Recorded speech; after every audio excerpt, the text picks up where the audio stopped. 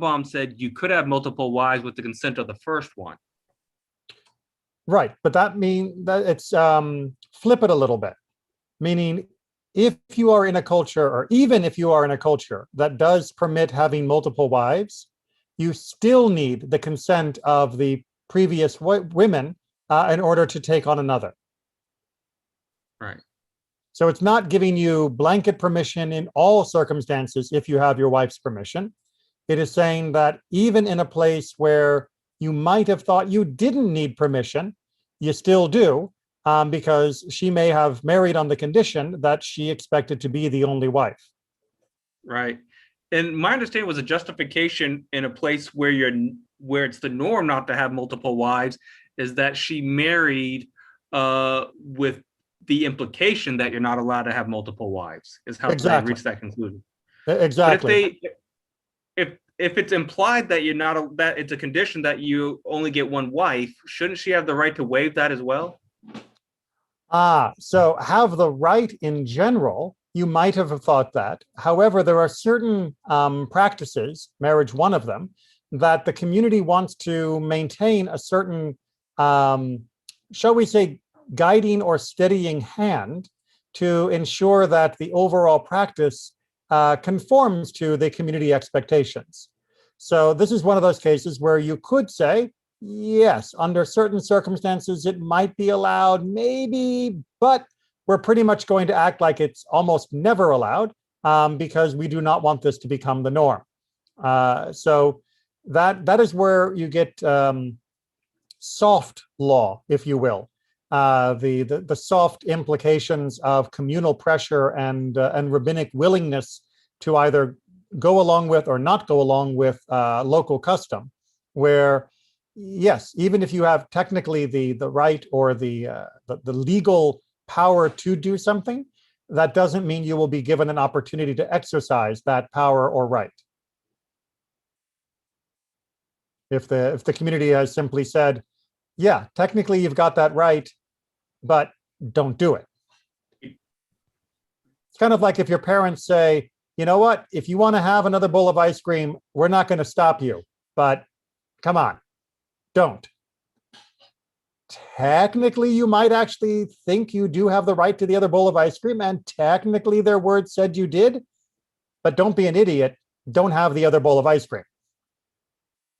So, Rabbi, then you have, I can't remember, I read this last, I think it was in the halacha process, where they talk about custom uprooting halacha.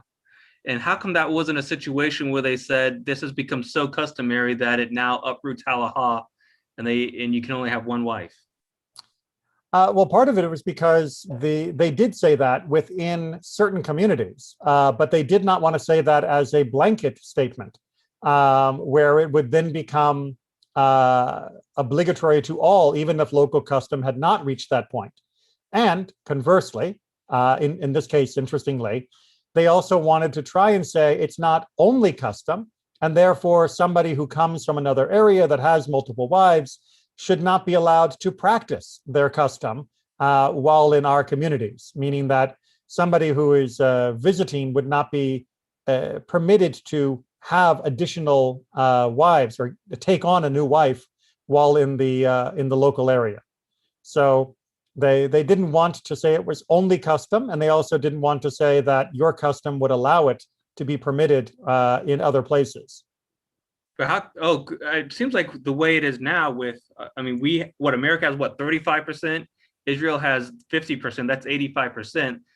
And most other places don't allow it either. It seems that would be enough to say that the custom has uprooted halacha, though, based on such a large proportion. So indeed, like I said, there have been many different discussions of this over the last roughly 1,000 years in Western Europe, at least, since there weren't Jews in Eastern Europe back then. And many different ideas have been advanced, but the initial decision was not about custom, but was about making an actual takana, an actual proclamation that this would not be permitted, because it was found that within the halacha itself, you didn't have the right, as we've seen in many of these places of Yevamot in our discussion of marriages. There are many places where the rabbis will say, don't get married like this under whatever conditions. But then in the same Mishnah or the next, it'll say, if someone got married like that anyway, here's what the implications are. So they wanted to make it so that it wasn't merely custom, because there were many types of marriages that could happen against Jewish law that nevertheless remained valid technically. And then you had to deal with those implications. And so if it were merely at the level of custom rather than of a decree, that was always a worry. However, there were others who wanted to make it more lasting than a decree, because a decree could be eventually overturned or rescinded, or some people believed even expired. And so there were other arguments put forward.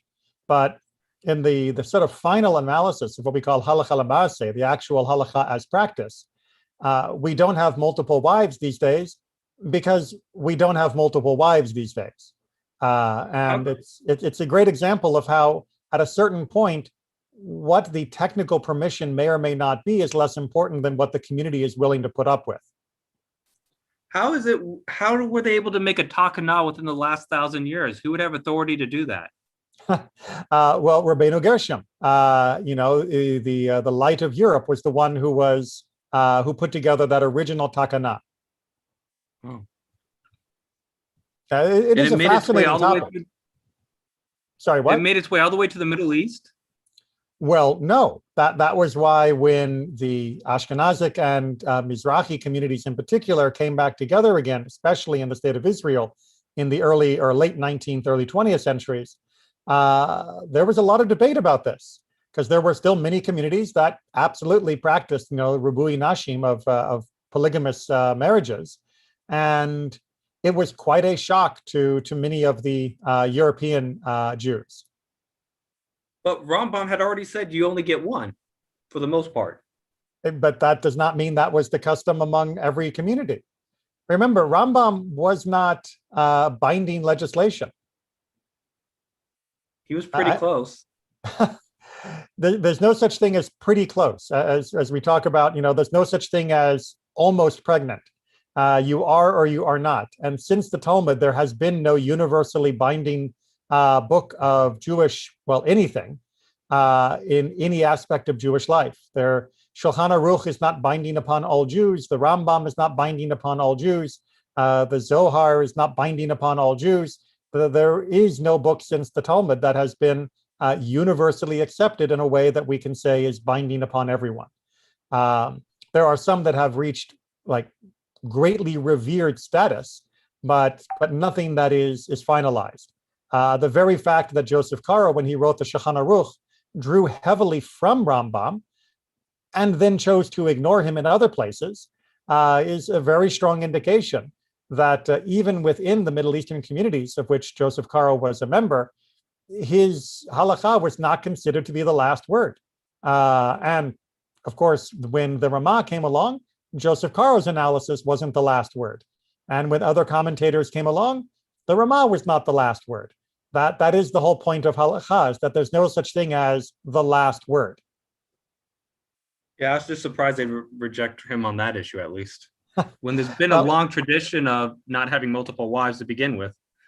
But for the communities, most famously within the Yemenite community, where it was very common to have in both the local Jewish and non-Jewish communities, that local conditions will always trump other circumstances and other considerations.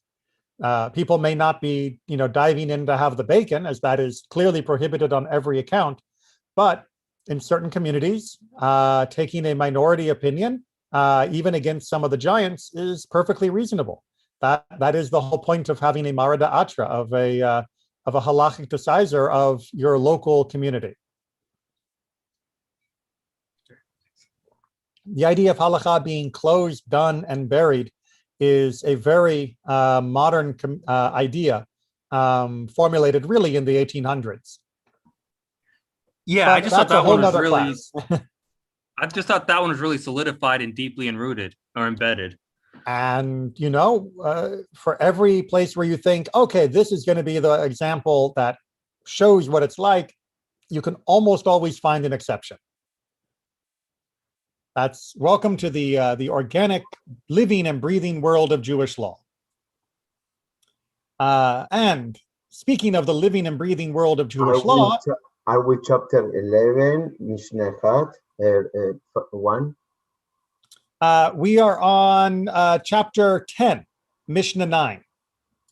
Because they are saying in Sepharia Mishnah. Yeah, I don't know. Let me click. There we go.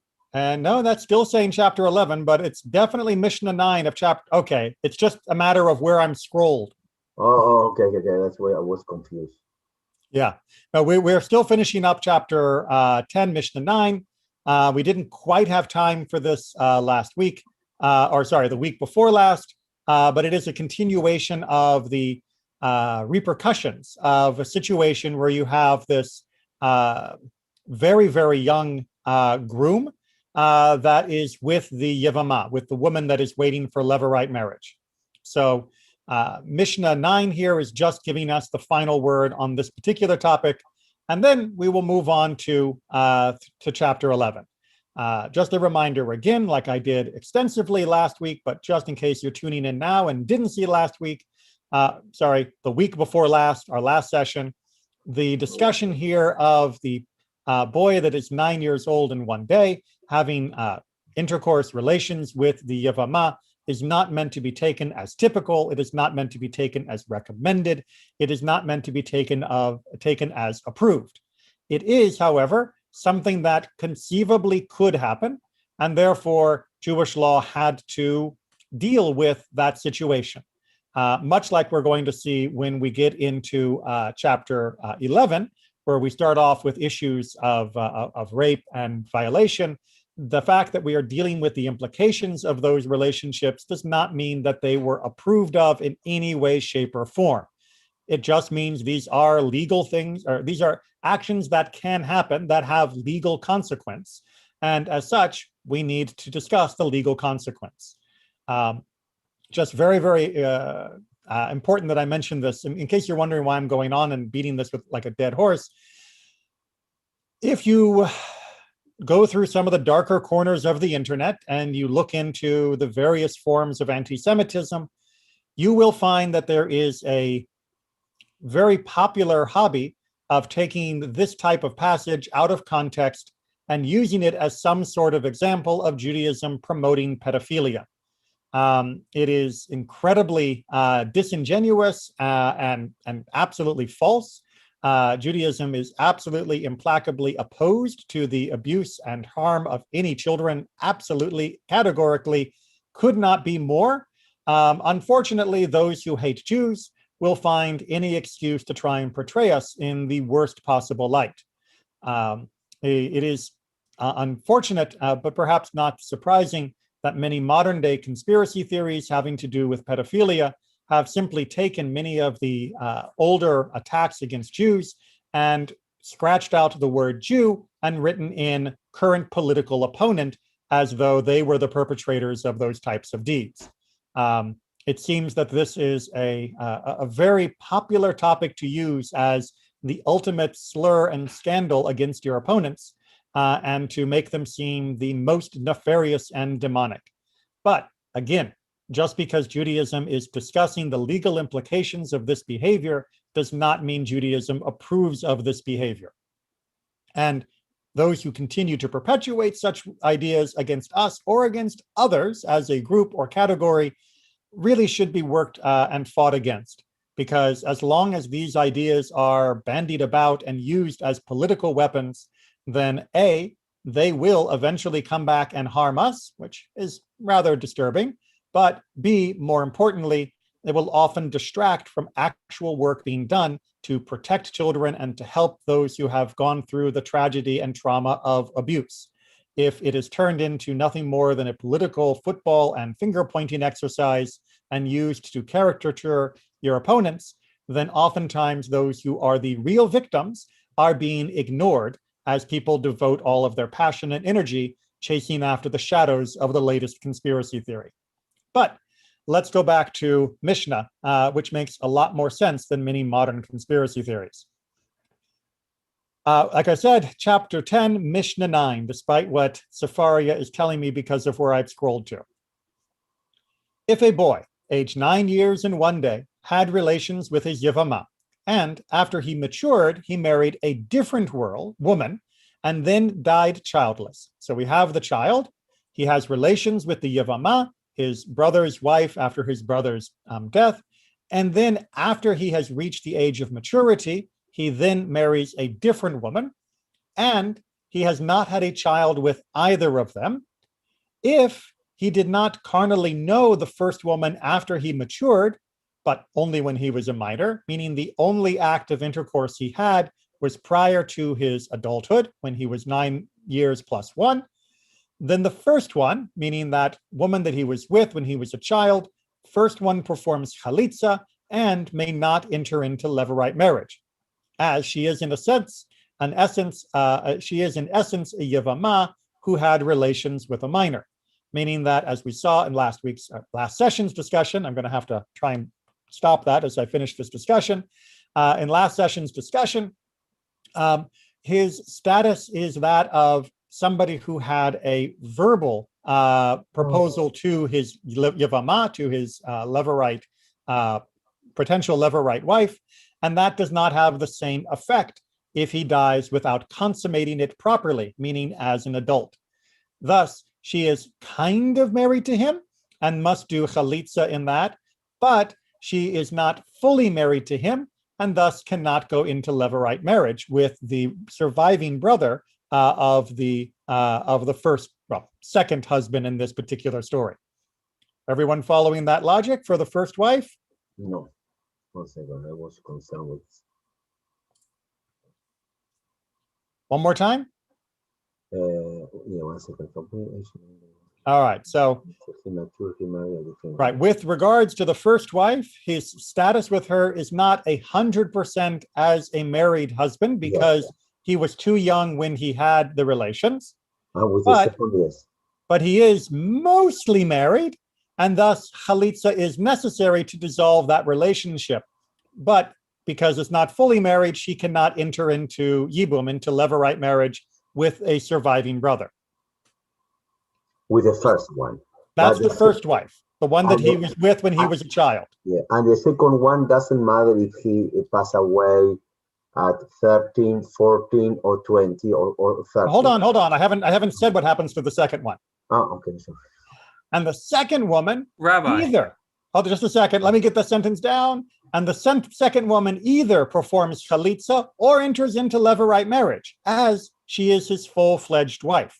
So the issue here is for the second wife is because the first wife was never fully the wife, she does not count as one of the rivals who would then disqualify the second wife.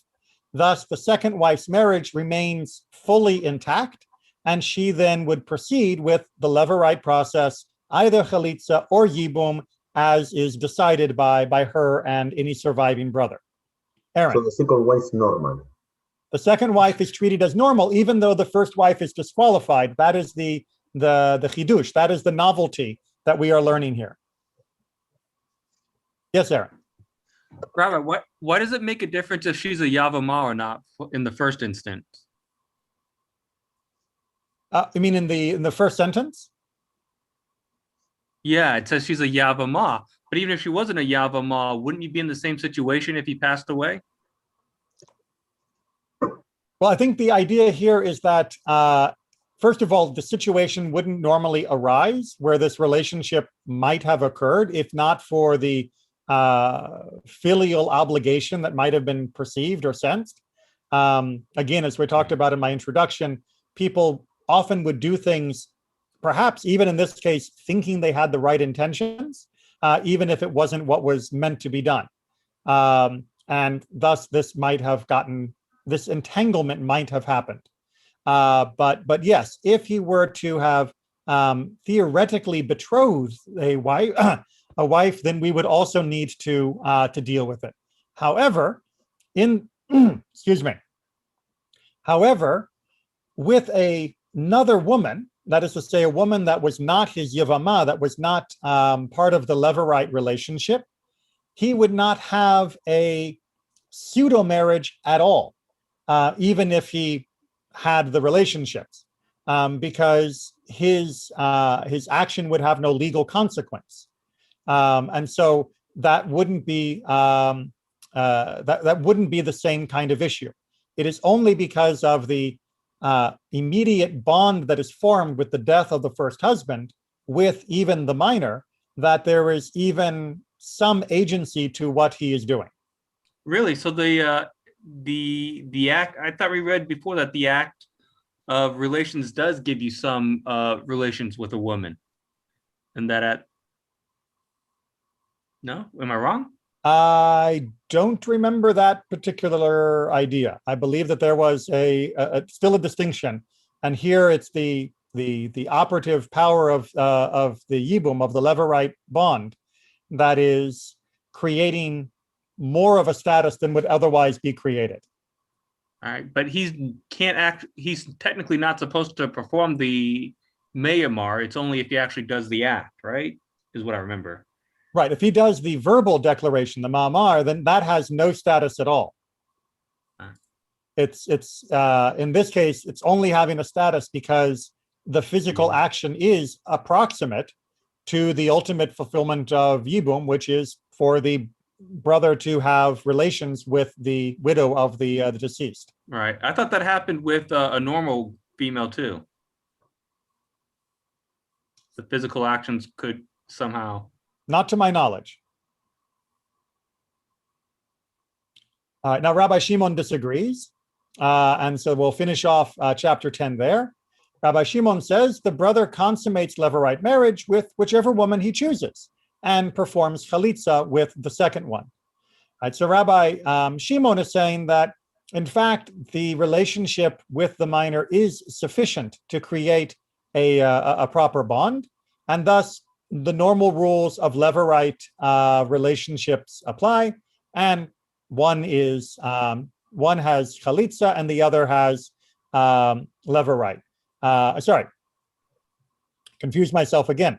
That the somewhat normal relationship rules apply, but the second one would be discharged with chalitza while doing the levirate marriage with the other one. Hey, Rabbi. Yes. Sorry to bring this up again. Is one of the distinguishments too that the actual act of intercourse is the bonding fact with the levirate marriage?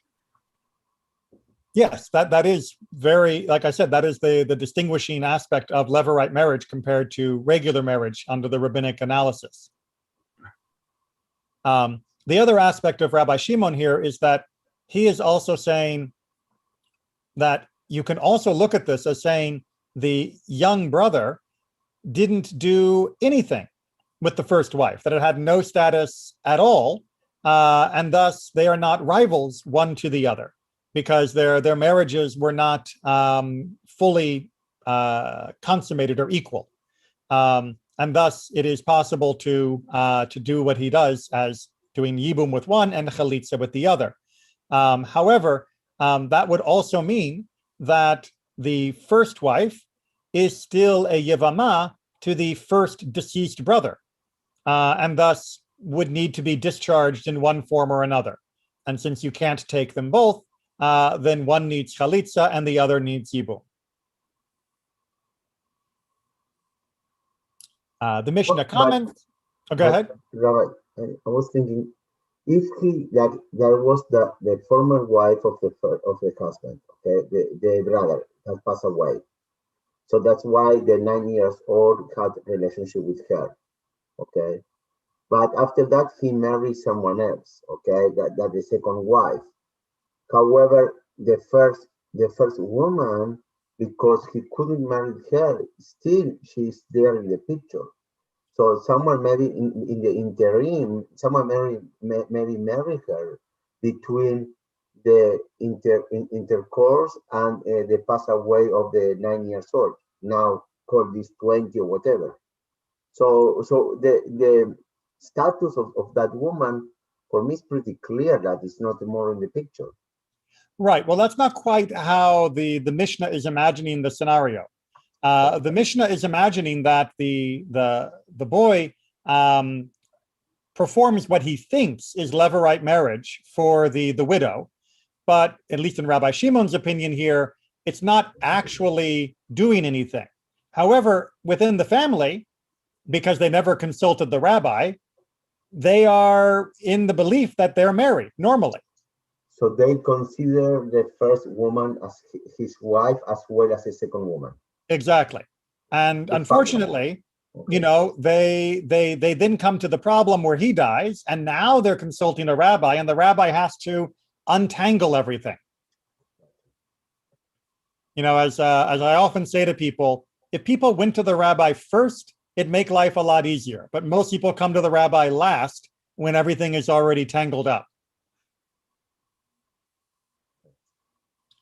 The Mishnah comments, and this is with regards to the whole category of 9 years plus 1. This is both for a boy who is 9 years and 1 day old, and also for one who is 20 years old and is not developed 2 hairs. He has the status of a 9-year-old boy in this regard, as his intercourse is not considered a proper act of intercourse. It may surprise you to know, but technically, the threshold of legal maturity in Jewish law is when a child has developed 2 hairs in the realm of their reproductive organs, what we call pubic hairs.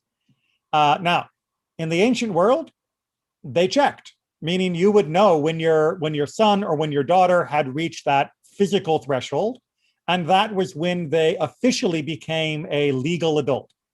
However, for most of the last 2,000 years, we don't check except when it is absolutely essential, like in this particular case with regards to the consummation of the Levirate marriage.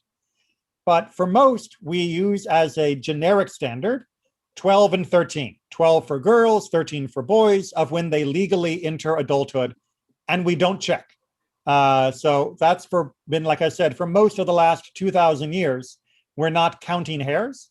We are instead using a standard measure across board, and it's only in very extreme cases where the sexual development of the person becomes an important measure of whether or not there was consummation. Natan?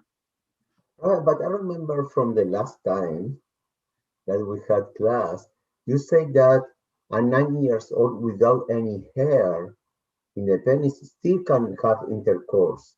So at 20 years old, still can have intercourse, okay? And also can be a full adult. It doesn't matter if it doesn't have any hair, because I think the hairs is the public hair is about the possibility for intercourse, correct?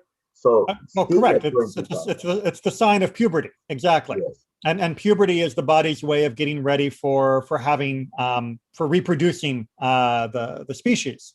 But still, at 20 years old without any hair public, still can reproduce. So maybe I don't know why they need to compare him with a 9 years old. So the halacha in other places is discussed that although yes, they might physically be able to perform, because there is a lack of what we would in the modern term would call secondary sex characteristics, then we don't have a legal proof that this person is a fully sexually mature adult in that way. And therefore their intercourse, whatever they are capable of, has no legal standing, or at least not an equal legal standing to that of a sexually developed adult.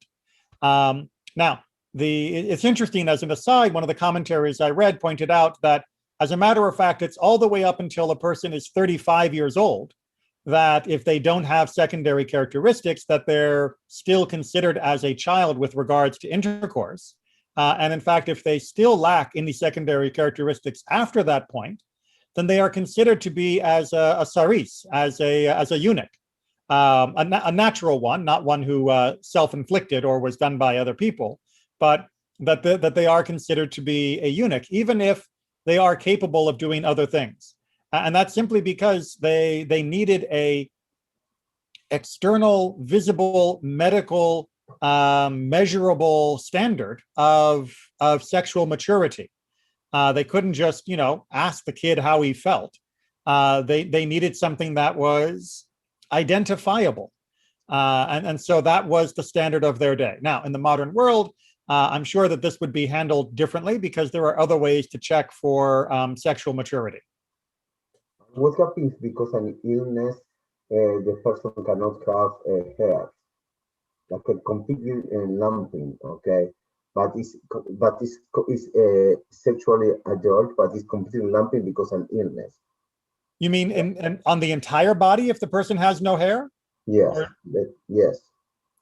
So, I think that it would be an interesting question if there was a genetic defect that prevented a person from having any hair, then that might be a very sticky situation. And I would have to research that, at least with regards to the ancient world in more depth.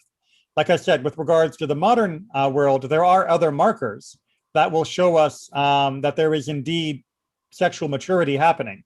Like That can be taken through blood tests. I mean, you can tell through the rising level of the different sexual hormones whether or not a body is going through puberty in a way that the physical external markers can't show us. Rabbi. Yeah. What about that rule that says you can only adjudicate halacha on what you can see with the naked eye? Right, and that would be a very important one. And thankfully, these types of cases are, as far as I know, unheard of in the modern world. A lot of the cases where there was a long delay in sexual maturity came from issues of extreme poverty and stress, which would greatly delay the sexual maturation, because as a species, it makes no sense to move a child into adulthood and able to propagate the species if the species can't support even the current population. So to the best of my knowledge, this hasn't actually needed to be adjudicated. And God willing, that's something that won't need to be investigated any further. But when can you use actual science to adjudicate that requires testing? So when can you and when can't you is a very convoluted question. So for example, in the laws of kashrut, there will often be discussions of material science, of whether or not different substances are permeable or impermeable, as in order to make rulings regarding their absorption. This has been something that has come up repeatedly and talks about various glass and glass-like substances. But it is usually only for something that has some additional way to try and measure it against, and not for things that are wholly contained only within. So for example, if you were testing a substance about its permeability and you could see that it was stained by the food, even if the test said that it wasn't, you can see that it is being stained, and vice versa. If the test says that it's permeable but not being stained, then I would probably err on the side of caution and say it's still permeable. On the other hand, with regards to secondary sex characteristics, if the person was, in our example, fully capable of siring a child, then having a little corroboration from the hormones would make me a little bit more confident, or doing a DNA test to say, yeah, this person really is the father of that child. That would be a nice confirmation. But right. Yes, it is very complicated, and it's not always capable of making complete blanket statements, as much as I like to talk in categoricals. And is the reason they don't use it for momsers is because they're trying to avoid adjudicating someone a momser? Absolutely. The long tradition of trying to go to great lengths to make sure that a person is not labeled as a legal mamzer. All right. From one difficult situation to another difficult relationship situation, if relationship is even the right word to use here. So in chapter 11, we're going to start off with incidents of sexual violence and misuse and their impact on the broader social family structure. Again, just as I said a little while ago, but you never know if people are going to hear one part and misunderstand. The discussion here are of the legal implications in a narrow slice of life. This is not approving of the action. it is not condoning of the action, and it is not excusing the action. For the people that are involved, there are whole other chapters that deal with the punishment of their crimes, but this is simply dealing with the, shall we say, knock-on effects of the action as perpetrated. So please do have some sensitivity when talking about these topics, and please understand that this is merely dealing with their implications to some of the marriage laws. It is not the only place where the Mishnah or Jewish law deals with this. Punishment is handled elsewhere. All right, with that as our introductory caveat, chapter 11, Mishnah 1. One may marry a relative, such as the sister or mother of the woman he raped and of the woman he seduced. All right, back up. What are we talking about here? So we're talking obviously about the case of rape and seduction. Seduction here is a very specific crime. This is not talking about bringing somebody flowers and chocolate. This is talking about a deliberately manipulative behavior in order to have intercourse with the young woman in a way that is not permitted. It's not talking about dating. This is talking about something that was duplicitous and premeditated. And a rape is, of course, rape. You might have thought that since these are, well, intercourse, whether they were willing or not, or done by deceit or not, that all of the other rules of relationship effects from married couples would also apply. No, says the Mishnah, there are many differences between what happens as a result of this and what happens as a result of an actual marriage. So, as we saw earlier in the Masechet, if you are married to a woman, you are not allowed to be married to one of her relatives. They then become off limits to you. For example, you can't marry your wife's sister, you can't marry your wife's mother. You can't marry any of those relatives that we discussed earlier in the whole sessions. However, if you have been intimate with the woman through rape or seduction, again, these are technical terms, then you still would be permitted to be married to one of those relatives. Now, yes, obviously, I do not imagine one of those relatives would want to get married to you because you are a rotten jerk. That is not trying to say this is likely or encouraged or anything else. It is simply asking, is it or is it not feasible, technically, legally possible? It is not saying whether it is probable. It is certainly not saying it is preferable. However, technically, because no bond of marriage was created through those acts, technically, yes, they would be eligible to get married to one of the other relatives of their victim. All right, hopefully I put enough caveats on that everybody got it. I'm not going to say that for every single sentence, but I want to make sure we get that crystal clear as we try to study this. Because like I said, there is a history of people taking these passages out of context and misusing them as an attack against Judaism. Yes, Rabbi, for seduction, does the woman have the right to force the marriage on seduction, or is that only for rape? No, definitely the family can force a compensation and marriage in the case of this type of seduction as well. All right. And by this kind of seduction, just to clarify what you're meaning, are you talking about a guy trying to have relations with a girl with no intent of continuing those relations? Exactly. This is where he is taking advantage of her naivete and is creating an impression that is false. He is essentially lying in the process. Like most of the males. You know, in the ancient world, there was a great deal more repercussion for that type of playing the field. I would also like to point out that in the modern world, many women are not naive about this. Many women are willing participants in a hookup culture. And that's not really the topic for today. But if they are willing participants, then they are willing participants as much as it aggrieves me. Yeah, but it's very interesting that in the old times, there's more sensibility of those aspects that for today we take for granted.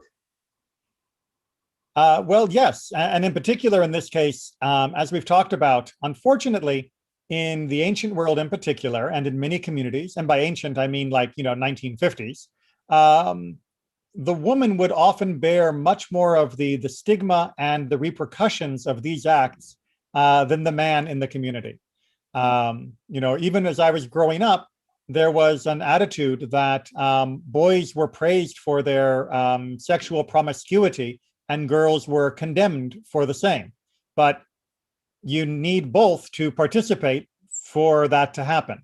And that double standard is not legally recommended by Judaism at all, and is absolutely, we are aghast at it.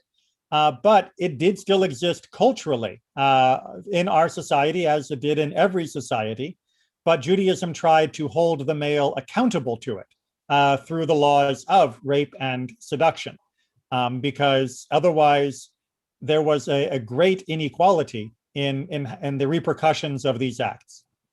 That being said, we're not here to discuss these acts in general, but only their implications with regards to some additional marriage laws and such. So, second sentence. However, one who rapes and one who seduces a relative of the woman who is married to him is liable to receive capital punishment or karet for engaging in prohibited sexual intercourses, depending on the particular family relationship. So, it's a very interesting mirror image. If the man rapes or seduces a woman, he is allowed to marry her relatives afterwards, should any of them, for some unknown reason, have him.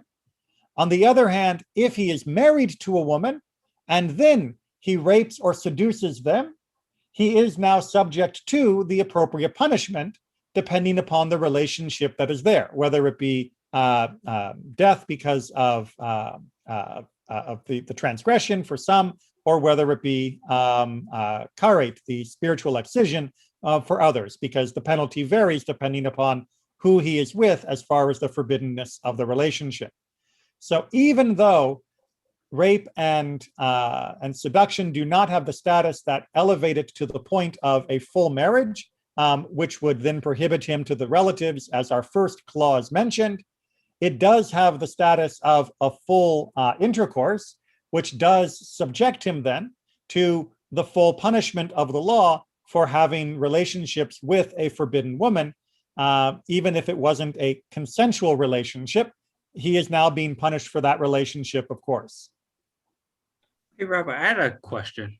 Uh-huh.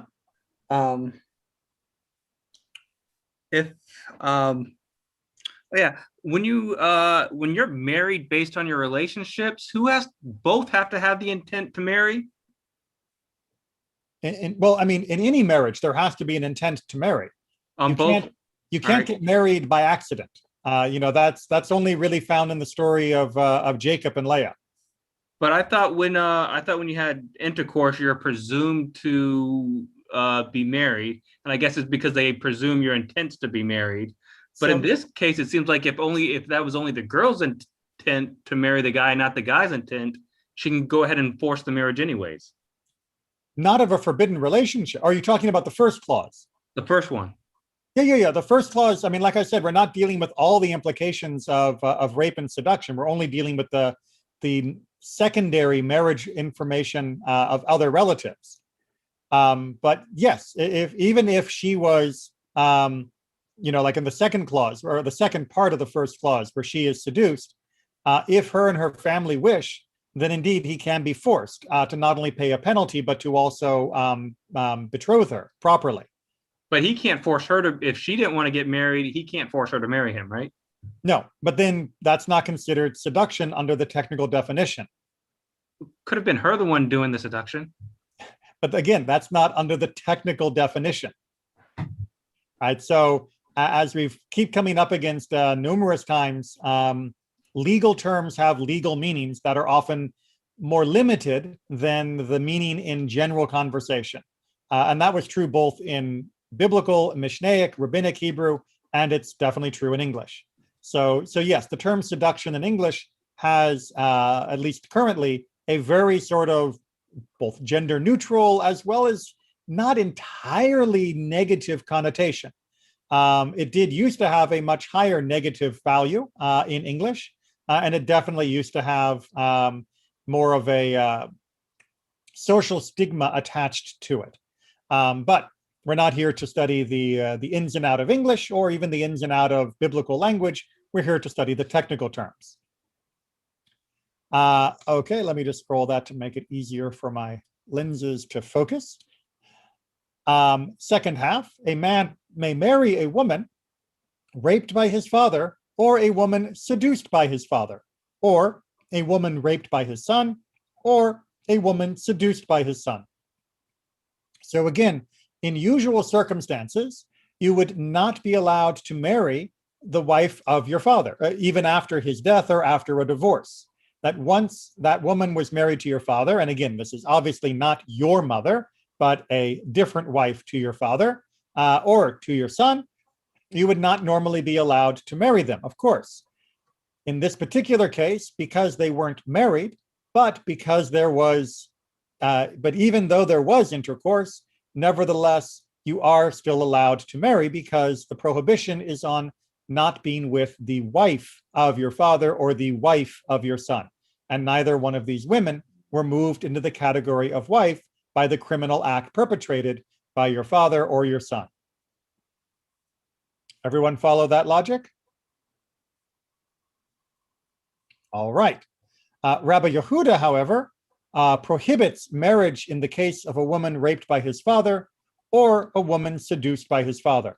That because he views this as being the full term being the uncovering the nakedness of the father, that it is not only about the marriage that is a problem, but indeed any intercourse that is going to put that woman off limits from the other son, or from the son. And Rabbi Yehuda loses that argument, and instead the general opinion is to go according to a more limited interpretation, that it is only if the father or son are married to these women that they become prohibited to the other members of the family. All right. Mishnah 2. So this is another unusual status case. However, it doesn't have the same negative criminal acts going on. But it will still ask us to think a little bit more broadly about how the status is determined. So we are in chapter 11, Mishnah 2. With regards to a female convert whose sons converted with her, they do not perform chalitza for each other's wives, and they do not perform levirate marriage with them, as their conversions are considered rebirth and they are considered unrelated. So you may remember, not from Yevamot, but in general, when we have talked about conversion, that when a person converts, especially in the ancient world, they are considered to be a new person, hence the term rebirth. And when a person converts, their connections to their other members of their families legally are dissolved. So technically, they are no longer the sons of the same father, even though they might biologically be so. Because once a person has converted, those prior family relationships and legal obligations dissolve because they are now a new person. That is one reason why when somebody converts, their new name becomes so-and-so, son or daughter of Avraham and Sarah, meaning Avraham Avinu v'Sarah Imenu, of Abraham our father and Sarah our mother, meaning the original patriarch and matriarch. Those are the new legal parents for this person. So that establishes them as no longer being fraternal brothers. They are no longer linked by the same father, and therefore they do not do chalitza and they don't do yibum for each other's wives. Everybody follow the logic? Okay. Is that good, Natan? But yes, if someone pass away after conversion. No. No, in any time. Well, let's do the second half, and then I can give a more general view. And what happens if the father also convert? So this is all where the children convert after they've been born, right? So if the father converted, the mother converted, the kids converted as a family, the children still technically do not count as being siblings with regards to chalitza and levirate marriage. Really, including if the whole unit is converted. If they convert after everybody is born, then yes, technically for this purpose, and again, we're not talking in general, but for this purpose, they are not considered to be children of the same father to do chalitza or levirate marriage. Now, second version, this is so even if the conception of the first son was not in the sanctity of Israel, meaning the mother had not yet converted when she conceived of him, but his birth was in the sanctity of Israel, as the mother had converted by the time she gave birth to him, whereas the second son was born, conceived, and born in sanctity. So that is to say, the first son is considered a convert who is unrelated to his brother. So if there is any holdover from pre-conversion, then they're not considered linked. However, if you have the mother convert and the father convert, and then they have children, those children absolutely are considered to be brothers with regards to levirate marriage and every other aspect of Jewish law. So the children born to converts after their conversion are covered by this. It is only because of going through the mikveh that their status is clouded because with regards to yibum, with regards to levirate marriage. And this halacha similarly applies to a maidservant whose sons were freed with her, as they too are not considered relatives. So that a woman who is a bondswoman, a slave, when she is freed and made Jewish in the process, again, the children are not considered to be brothers to one another from the same father. All right, that one is, I think, a little bit more straightforward. So let's go ahead and take a look at Mishnah 3. Mishnah 3 was my favorite one that I was hoping we would get to tonight because it is a great example of lateral thinking and also a great example of this probably never happened, but look at how you can think your way out of a problem and find solutions. This is a great example of creative thinking. All right. So yes. Now I was thinking and continue thinking the thoughts from the last one. Sorry, I didn't want to cut your. No. Go ahead. No, but because one brother was born before the conversion, the other one after conversion. Whoever born after the conversion, yes, his parents are the real parents, but the previous one is only Abraham and Ishmael. That's why they are not Abraham and Sarah. That's why they are not siblings. Correct. For this part, in general. For this purpose, exactly. For this purpose. Remember, as we said way back when we first began Yevamot, that the rabbis generally were interpreting Yevamot, Yibum, the levirate marriage very strictly. If there was any reason to accept a situation and not require it, then they generally said, we don't do it. They wanted it only in cases where it was absolutely clear that this was the absolute obligation of the Torah. And if there were any wrinkles, then they said, all right, we don't do it, because the prohibition on marrying your brother or sister is so strong that it was better to just not do it. So, but it doesn't affect the heresy. No.